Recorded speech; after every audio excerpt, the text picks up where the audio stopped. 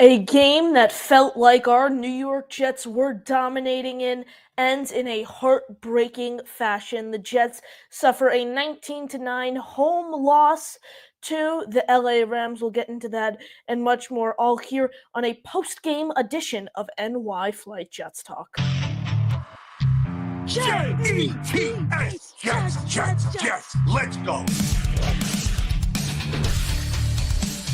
Jets wide receiver Wesley Walker. Wesley, how you doing today? ESPN writer Mr. Rich Cimini, Jets reporter for The Athletic Mr. Zach Rosenblatt, Hall of Famer and Jets legend Mr. Marty Lyons. Your host, Connor Law.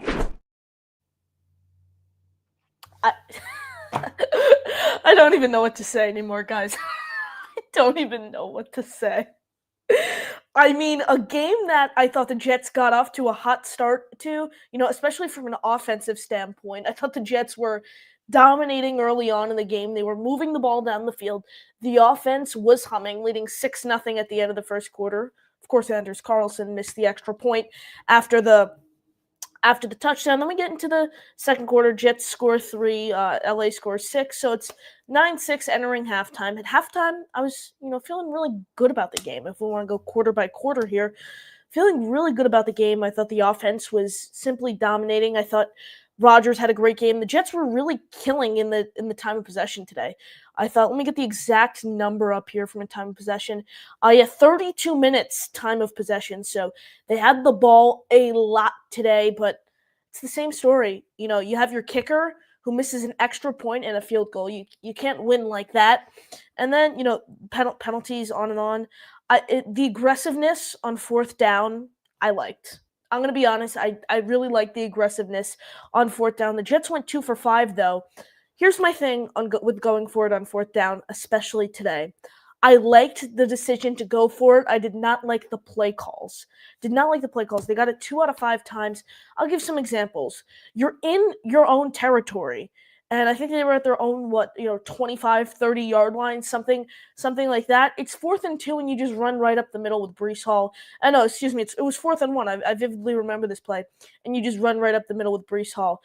First off, if you can't get a yard in the NFL, you're not a good NFL team. We'll get that out of the way. But what a poor play call there. Throw something up. Do a bootleg. The Rams were doing the bootleg all day. They're running bootlegs in the first quarter, and it worked every time. Well, one of the times the Jets could have had a pick six after Hassan Reddick tipped it on one of the first possessions of the game, but Isaiah Oliver couldn't hold on to the football, which was absolutely brutal. But try a bootleg, something creative, a play-action pass. Just something creative. Then the Jets are in opposing territory. Yeah, I see it. Cute like Jet fan in here. That's what I'm just about to mention. You're in opposing territory. It's 4th and 4. Again, a play action, something like that. Give the ball to Tyler Conklin. What a great day today. Do something like that. No, you decide to throw, a 25-yard fade to Devontae Adams for Aaron Rodgers to try to get his 500th touchdown. It was a joke.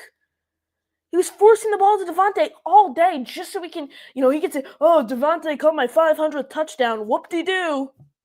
Doesn't matter that this team's 4-10 entering today. I mean, what an absolute joke. Mix it up, please. I am begging you. More creativity. That's what this team needs. I don't care that they're now 4-11 and they're eliminated from playoff contention.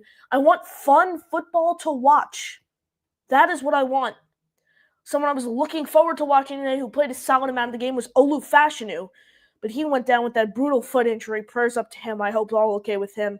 He was ruled out of the game, minutes after he went down.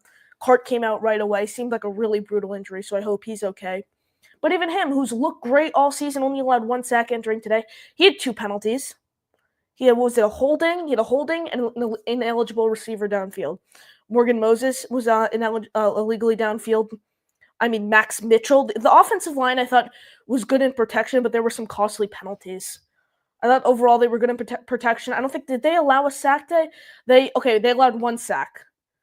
And then obviously Rodgers fumbled when he was under pressure, but I don't blame that on the offensive line. There were some costly penalties, but overall I thought protection was okay.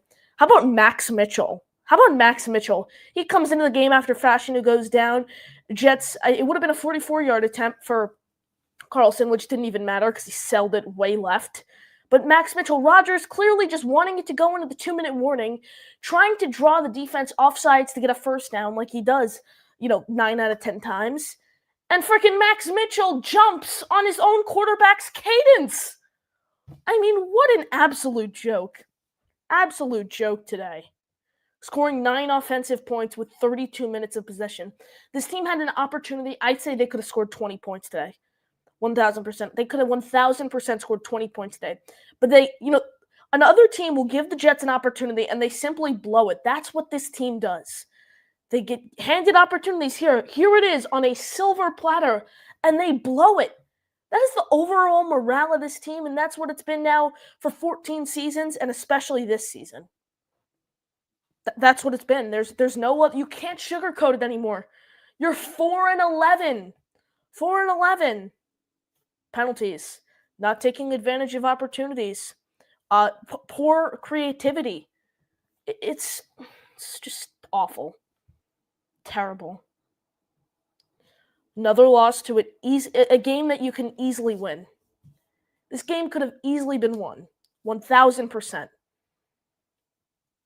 And you lose in a heartbreaking fashion again. Missed kicks. Penalties. Not taking advantage of opportunities. There we go.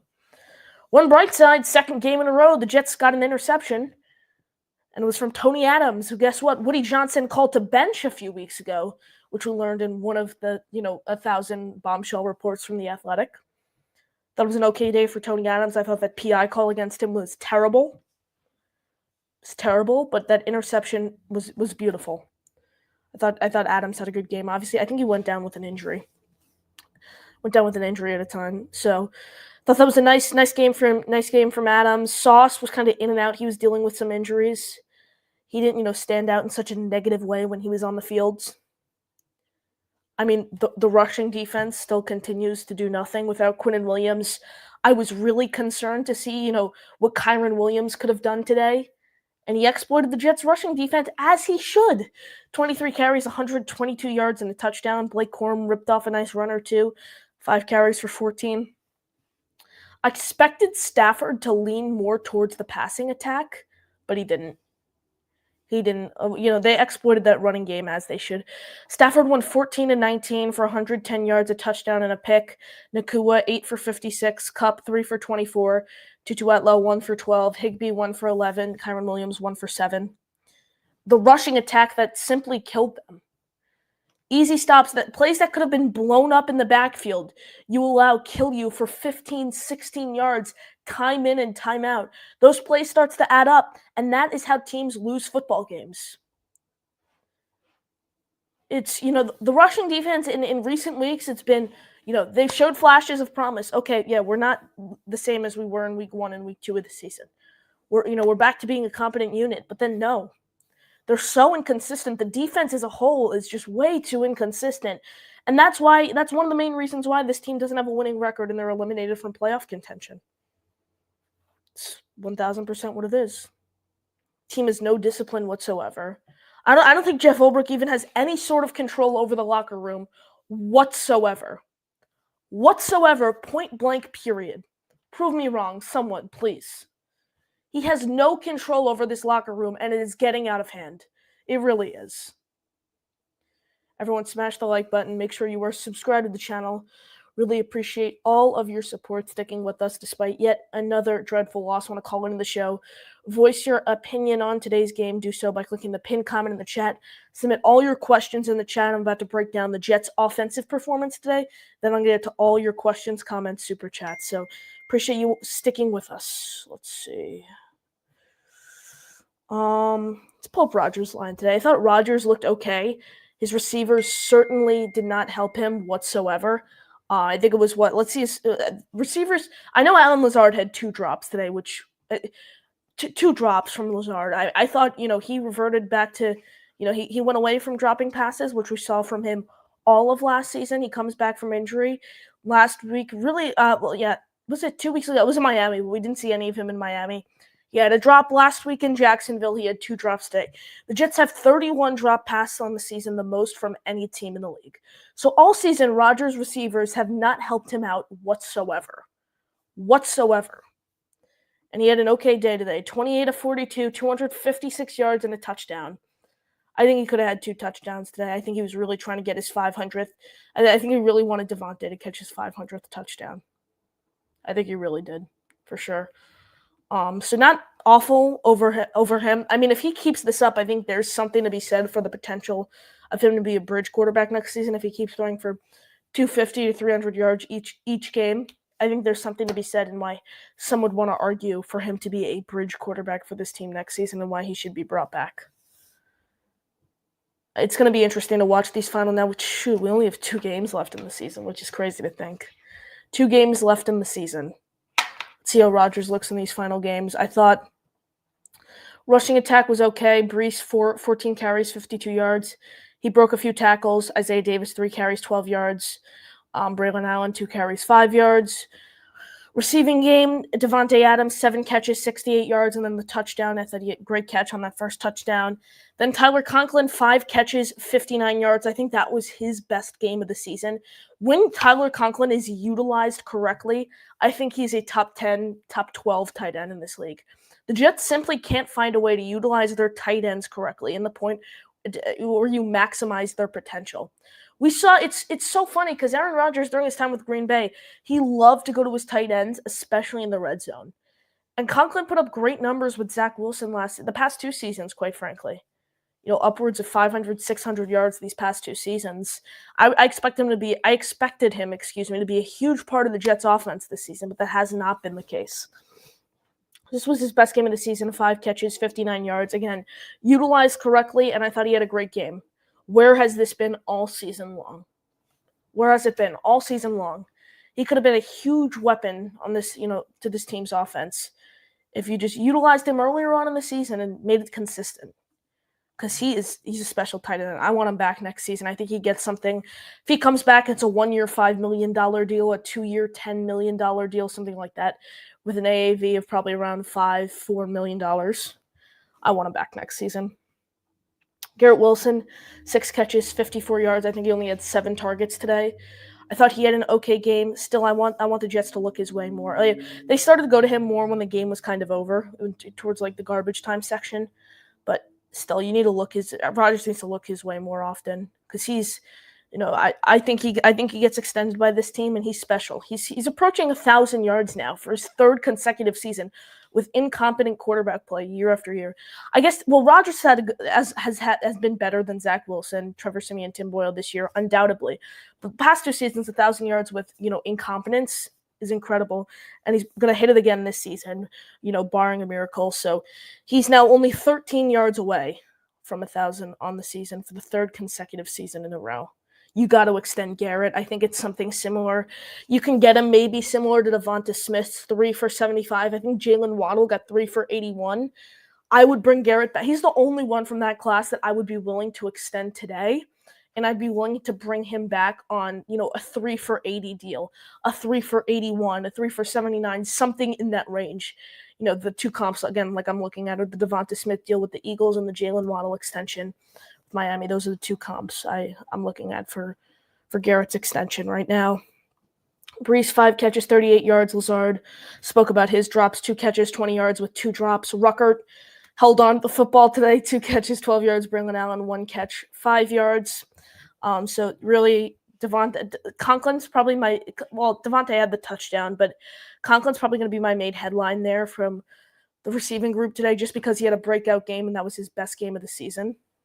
So I'm going to really hone in on Conklin's performance today. I want to see more of him these final 2 games, maybe get him into the end zone again. First time since the New England game, the Week 8 game this season. So I want to see more of Conklin and the young guys really the rest of the way. Let's see. Who else do we have? Defensive side of the ball, I thought Jamian Sherwood had an okay game today. 6 tackles, 2 assists. He was going back and forth with Kyron Williams. He didn't end up picking up the unsportsmanlike conduct penalty, which is good to see. He stayed disciplined there. Chuck Clark, he was all over the field today. 3 tackles, 4 assists. I noticed him all over the screen today. I thought he had an okay game, especially stopping the run. Isaiah Oliver, 3 tackles, 3 assists. He has to hold on to that football and take it to the house for a pick 6. Has to. No question about it. Didn't see much of Brendan Eccles today. 3 tackles, 1 assist. He was in the game a lot, but I didn't really notice any big plays from him. Because, again, Sauce was battling injury, so he's kind of coming in and out. I think Sauce went to the tent twice or something like that today. So I didn't really notice Eccles making any big plays, but he was certainly in there today. DJ Reed, 3 tackles, 1 assist. Didn't really catch my eye. Tony Adams, 2 tackles, 3 assists. Obviously had that big interception. Ashton Davis, I noticed getting involved in the run game, 2 tackles, 2 assists. Quincy Williams didn't make as big of a presence as he has in prior weeks, but an okay game out of him, 2 tackles, 2 assists. Leonard Taylor stepped up for Quincy Williams today, okay game, 2 tackles, an assist. Kinlaw, 2 tackles. Solomon Thomas, a tackle. Will McDonald didn't have a tackle, but he had 3 assists. Michael Clement, he did a great job earlier on in the game, kind of staying in that neutral position. Him and Reddick both had pass deflections, but he did a great job when the Rams were running those bootlegs in the first quarter. His positioning, he did a great job because Higbee was obviously coming out in the flat. And the key job for the edge rusher there is you want to stay neutral. So you angle yourself in the position that Matthew Stafford's throwing the football, but you don't want to overcommit each way, because if you just overcommit and charge right at Stafford, boom, that's an easy dump off to Tyler Higbee. That's a 15, 20-yard play. And then if you overcommit towards Higbee, Stafford's just going to take off. So I thought he did a great job there. He batted down one of the passes. So did Hassan Reddick. So I thought McDonald had an okay. I noticed him in the backfield a few times today. Solomon Thomas, I noticed him. He had a few pressures. Clemens, same old, nothing special out of him. McCrary Ball made some special teams plays. So overall, okay performance by the defense, except the same old, you got to stop the run. That's what it is. Overall, I appreciate you all sticking with us. Everyone, smash that like button. Make sure you are subscribed to the channel. You want to call into the show, voice your opinion on today's game, do so by clicking the pinned comment in the chat. You don't want to call in, and you want to get your thoughts out there, type them in the chat. And starting right now, I'm going to go through all of your questions in the chat. Appreciate you all sticking with us, like I said. Dub coming in early. Appreciate you coming in. Kuka Lake Jet fan. Appreciate you tuning in. Penalties, kicking. Amen. You pretty much summed it up there that I did on my mini tirade. What I said on my mini tirade, and towards the top of the show. I mean, not like Carlson's missed extra point and the missed field goal would have cost. They didn't cost us the game, but still, it's just embarrassing. It's unfortunate to see. Unfortunate. And when he lined up for that field goal, I said, he's not making this. I said, he's sailing it way left. And that's what he did. He sailed it way left. Xavier Gibson muffed punt at the end of the game. The special teams has been a mess recently. It really has. Last year, the special teams it's so funny because last year, obviously, the offense killed the season. Rodgers going down, Zach Wilson, Tim Boyle, Trevor Siemian being unable to find inconsistency at that position. The defense and the special teams were among the league's top units. Now you look with Aaron Rodgers, the offense has taken a huge leap. I'd say they're playing like a top 10, top 12 unit. And now the defense and the special teams has been the epitome of the season. It's just crazy to think. This team can simply not play complementary football. They simply can't, and that's been the problem. That's what's killed them all season. You're with me there on that fade to Devontae. So confusing. 25-yard fade on 4th and 4. Give Conklin the ball. Even, give it to Isaiah Davis, Braylon Allen, Breece Hall in the flat. Have them try to, power their way through. I mean, come on. Creativity, please. Wild Waves with me here, too. Rodgers forcing the ball to Adams for 500. Doom Desk Garrett was open all game. Conk was open. WTF is Aaron doing? He really wanted Adams to get that 500th touchdown. I completely agree. That's what I was saying. That's what I was saying earlier on at the top of the show. I thought, again, I mentioned the Garrett thing, too. He should be he should have been looked at a lot more today. He had 3 targets, I think, and 2 catches before we entered garbage time, really. So he needs to get involved more. And Conklin, mentioned that as well. Get him involved more these past few games. He should have been involved in a big part of the game plan all season, but clearly hasn't. And today was a breakout game this season for him, so I want to see more of him these final 2. Caden's in the car. I can't hear anything, but gotta go. Caden, appreciate you sticking with us and appreciate you tuning in from the car. Obviously, they can't fire. It would just be stupid to fire Ulbrich now with 2 games left, but they're just so undisciplined. And like I said, Kuka Lake mentions it there too. Look at the lack of discipline on this team. Glad they will choose a new coaching staff. Yeah, I mean, I don't think he even has control over the locker room at this point. It's just an absolute mess.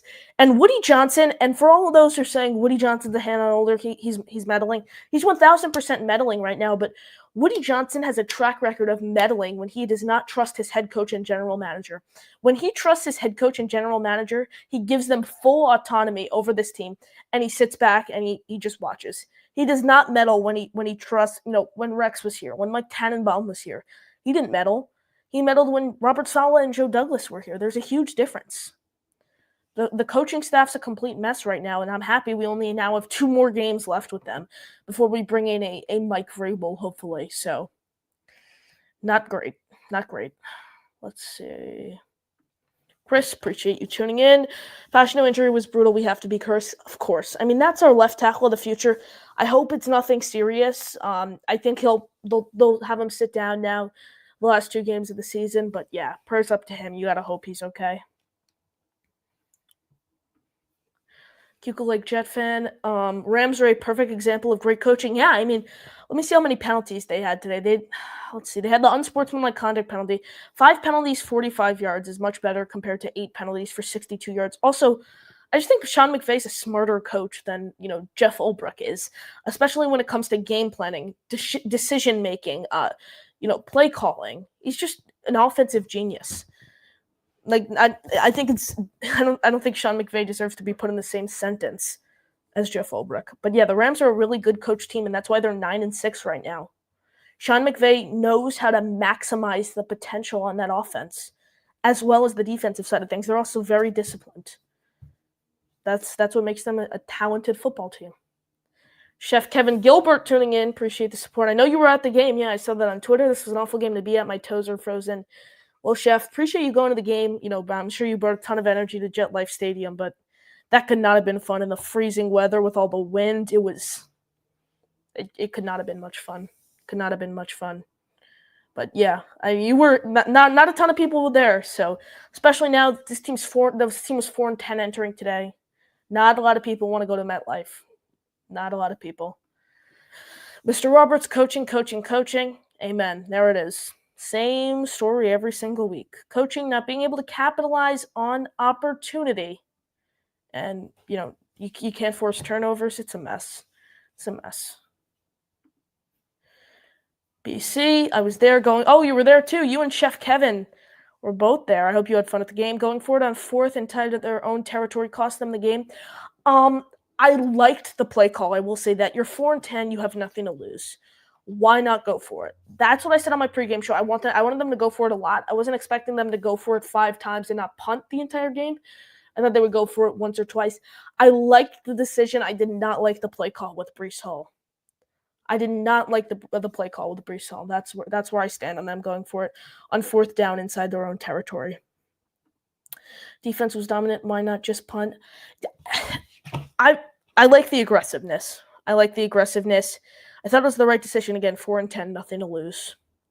I think Ulbrich's mentality was, why not go for it? At best, we get a first down, and this offense that was humming all day gets another opportunity to go out and score a touchdown. And then I think his mentality is we trust our defense to be able to go out and hold them to a field goal.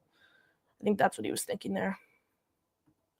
Rams play their best football in December or January. That's what makes good teams. Also, the Rams never find ugly ways to lose. They find gritty ways to win. The thing that, the difference between the Jets and other dominant teams in the league, the Jets that are a bad team find bad ways to lose. For example, the Rams, in a game they should have dominated in, they still found a gritty way to come out on top and win. That's what they did, and that's what good teams do who make it far into the playoffs and make Super Bowl runs. 1,000%. Ugly game to say the very least. Daniel Berry Sports Highlights. Appreciate you tuning in. Just past the 25-minute mark. Think about wrapping up here shortly. Last chance to get your final comments, questions, thoughts in. Want to call into the show, pin comment in the chat. Let me know what some of the things you guys are looking forward to in watching these next 2 games of the season, as there's nothing left to play for except pride. If you put yourself in the player's shoes, and you guys want to bring Rodgers back next season? I still have to look at these next 2 games because so much can happen. So much could happen. Who knows? This team, they've done crazier things. Imagine if this completely changed the story if Rodgers goes out, throws for 300 yards, and they somehow win in Buffalo. And that's a whole nother story if he goes out and throws for 112 yards and they lose 38-6 in Buffalo. I think that option's more realistic than the first one, unfortunately. That's where I sit right now. Appreciate you all tuning in. Smash the like button. Subscribe to the channel. We'll get BC in here. Thought Rodgers outplayed Stafford. A lot of drops. Yeah, Stafford only had, I think, 110 yards it was. A touchdown and an interception. Rodgers had 256 and a touchdown, but Stafford only had 19 pass attempts, and Rodgers had 42. But I thought Rodgers had a great game. I thought he was disciplined, except that fumble was not pretty. He had a ton of drops, though. I think it was 2 from Lazard, and then there was 1 for, I don't remember who it was, but I think he had 3 drops today. I think the offense had 3 drops as a whole today, which receivers didn't give Rodgers any help. Receivers did not give Rodgers any help. Everyone smash the like button, subscribe to the channel. Appreciate all the support and appreciate you sticking with us despite yet another brutal loss. Jets drop a tough one, 19-9 at home against the LA Rams, a game that they were leading in. They were leading 6-0 at the end of the first quarter. They were leading 9-3 entering halftime. So the Jets choke away another game. Appreciate all the support. Thank you for sticking with us. This has been another post-game edition of NY Flight Jets Talk. I am your host, Connor Long, signing off, and we will see you next time right here from the NY Flight Jets Talk YouTube channel. JTS Jets, Jets, Jets.